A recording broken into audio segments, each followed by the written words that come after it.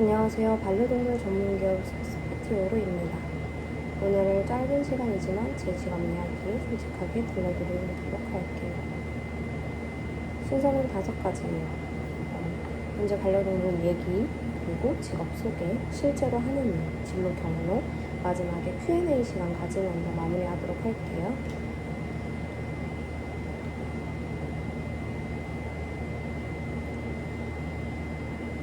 먼저 질문 3개만 할게요. 지금 반려동물 키우는 친구 손 한번 들어볼까요? 그럼 어떤 동물 지금 키우고 있어요?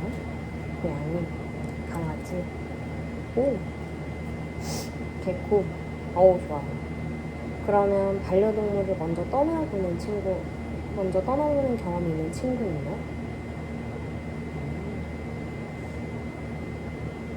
앞에 보시게 되면 이제 애완을 소유하고, 사실 예전에는 애완이라는 단어를 많이 썼어요. 그래서 애완동물, 애완견, 애완용품 이런 단어 한 번쯤은 들어봤을 거예요. 근데 이제 애완을 소유하고 기르는 존재를 의미하고 반려는 함께 살아가는 동반자를 의미해요. 이 단어 자체가 바뀌고 이 인식이 바뀌면서 장래 문화가 생겼고 그게 직업이 생긴 이유입니다.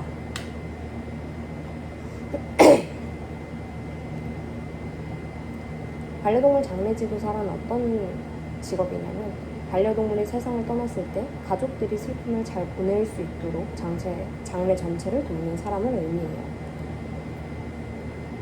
사람도 떠났을 때 장례지도사가 이제 옆에서 도와주시잖아요. 그것처럼 이제 이 반려동물 장례지도사는 그 대상이 사람이 아닌 반려동물이라고 생각하시면 됩니다. 장례는 총 3단계예요. 장례 전 상담, 장례 진행, 사후 지원. 이 흐름으로 한 케이스가 마무리됩니다. 그리고 이 직업이 왜 생겼냐면 우리나라 반려동물 양육 가구가 600만 가구 이상이에요. 2010년에 17.4%에서 2024년 28.6%로 올라갔어요. 반려동물 산업이 수조한 규모로 성장했고 장례 분야도 10년 사이에 경상했습니다. 그런데 아직도 41.3%가 정식 장례 없이 매장이나 투기를 진행합니다.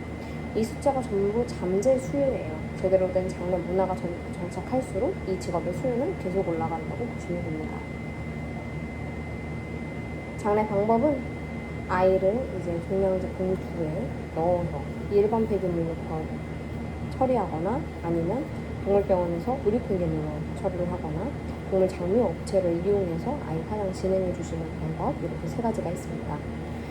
저는 허가받은 장묘 업체에서 화장등 전문 처리와 함께 장례 전 과정을 가족과 함께하는 일을 맡았습니다. 실제 장례 순서를 빠르게 한번 볼게요. 보시는 것처럼 맨 처음에 방문하기 전에 전화로 예약을 잡습니다. 예약 잡은 뒤에 아이와 함께, 떠난 아이와 함께 장례식장에 도착을 해서 상담을 먼저 진행하고 상담 결과를 토대로 아이 염습 그리고 추모실로 이동해서 인사하는 과정을 가집니다. 염습이라고 해서 사람처럼 물로 씻겨준다거나 염습이라고 해서 이제 물로 씻겨준다거나 하지 않고 최소한으로만 아이가 다치지 않는 선에서 손발 닦아주는 것으로 최소한으로만 진행을 합니다.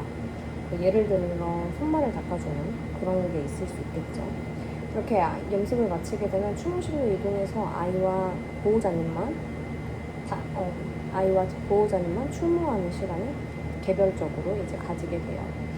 인사를 전부 다 마친 뒤에는 아이가 화장이 진행되고 화장 마친 아이 유골은 봉골 진행합니다.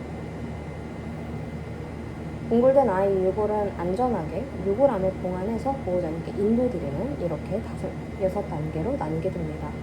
상담에서 앞서 말씀드린 것처럼 상담에서 절차를 안내하고 염습으로 몸을 단정하게 정돈을 해요. 추모는 가족이 마지막으로 아이와 인사하는 시간이에요. 화장과 봉골은 참관실에서 투명하게 진행이 되고 봉안으로 유골함에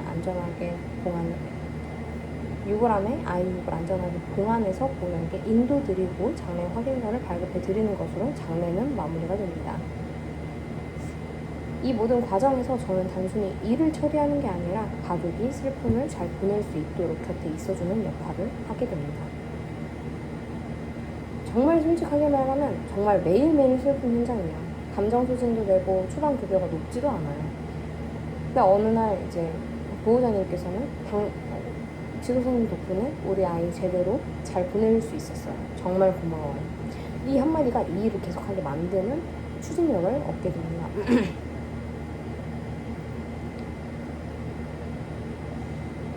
이 직업이 필요한 역량 빠르게 4가지만 말씀드릴게요. 첫 번째, 공감입니다. 왜냐면 어쨌든 아이를 떠나보내고 이 장례식장의 마지막으로 아이와 함께하는 공간이기 때문에 이 보호자님의 그런 감정적인 부분들을 잘 케어할 수 있어야 된다고 해요. 잘 케어할 수 있어야 돼요. 그리고 두 번째, 의사소통 능력이에요. 보호자님은 이제 아이가 떠난 상태로 정말 정신없이 경험 없이 오시는 분들이 많기 때문에 이때 보호자님의 니즈 파악이나 보호자님께서 원하는 부분이나 그리고 원하는 부분 그리고 어떤 방식을 원하시는지 이런 거에 대한 캐치가 좀 빠르게 필요합니다. 그리고 세 번째는 위생 생물학 기초 지식이 필요해요. 생물 기초 지식이 필요해요. 우리는 잘 몰랐지만 이제 반려동물이 앓고 있는 질병이 굉장히 많고요. 사람한테 옮길 수 있는 인수공통 감염병이 있어요. 이런 거에 대한 지식이 기초적인 지식이 있어야지만 정말 그런 케이스가 생겼을 때 빠르게 대처를 할 수 있습니다. 그리고 마지막으로는 정서적 회복력이에요. 앞서 말한 것처럼 진짜 정말 매일 슬픈 현장이기 때문에 이 안에서 나 스스로가 돌볼 수 있어야 합니다. 동물을 정말 좋아하는 것보다 이 4가지가 더 중요해요. 어떻게 이 직업에 도달하게 되냐면 지금 중고등학교 때는 생물과학교과에 집중을 해야 되고 그리고 봉사활동 같은 거 다니시잖아요. 그때 이제 동물보호소 봉사 경험을 정말 추천드립니다. 생명과 사람을 다루는 감각을 보호소 안에서 그리고 센터 안에서 빠르게 익힐 수 있어요. 대학교는 이제 학과별로 좀 많이 다르긴 한데 동물보건학과 그리고 애완동물과 전문대가 있고 그리고 상담 심리학 등이 유리해요. 정해진 전공은 없지만 재학 중에 민간 자격증 취득이 가능하고 지금 국가공인 전환 법안도 논의 중에 있다고 합니다. 정해진 전공이 없다고 하는 이유가 사실 이런 대학에서 이런 학과를 나오는 것도 중요하지만 실질적으로는 실무가 가장 중요하기 때문에 이 대학교는 내가 하고자 하는 일에 대한 플러스 요인인 거지 이게 꼭 아니라고 해서 투입이 안 되고 이런 거는 절대 아니에요. 다만 한 발을 더 빠르게 갈 수는 있다 라는 거는 알고 계시면 될 것 같아요. 그리고 취업을 하게 되면 전국 100여 곳의 장례식장에서 일을 하게 됩니다. 초봉은 정말 낮아요. 정말 낮아요. 그냥 최저시급보다 조금 덜 받는 데도 있고 그거보다 조금 더 받는다고 생각을 하시면 돼요. 그리고 그 안에서의 경력을 쌓으면서 이직을 하게 되면 본인이 가져갈 수 있는 연봉도 정말 많고 그리고 그 안에서 이제 수당 같은 것도 이거는 장례식장마다 다르지만 수당 같은 것도 있기 때문에 내가 하는 만큼 벌 수는 있다 라고 생각하시면 됩니다. 그리고 더불어서 아까 상담심리학을 말씀드린 이유가 이제 펜로스 증후군에 대한 상담 그리고 강의, SNS 채널로 확장하시는 분들도 많기 때문입니다. 지금 이 분야에는 사람이 그렇게 많지 않기 때문에 일찍 시작할수록 유리한 구조를 가지고 있어요. 이제 남은 시간은 전부 여러분들이 궁금한 사항들 질문 전부 다 받도록 할게요. 혹시라도 지금 이 자리를 떠나서 더 궁금한 게 생긴다면 선생님들 통해서 저한테 연락을 주시면 제가 언제든지 알려드릴 수 있으니까 편하게 지금 생각나시는 것만 질문 받고 마무리하도록 할게요. 이제 질문들을 거의 다 받아서 이제 좀 마무리를 하려고 하는데 마지막으로 제가 드리고 싶은 말씀은 진로를 고를 때 내가 이 일을 10년 정도를 내가 이 일을 10년을 해도 의미가 있을까? 이 질문을 한번 꼭 해보세요. 슬픔을 다루는 일이지만 그래서 더 많은 사람에게 위로가 되고 그리고 나 스스로에 대한 감정도 중요하기 때문에 이런 회복력들이 내가 타인에 대한 슬픔에 공감을 하고 그 회복력이 잘 되는지에 대한 검사도 한번 스스로 생각을 해보셨으면 좋겠습니다. 오늘 와주셔서 정말 감사합니다.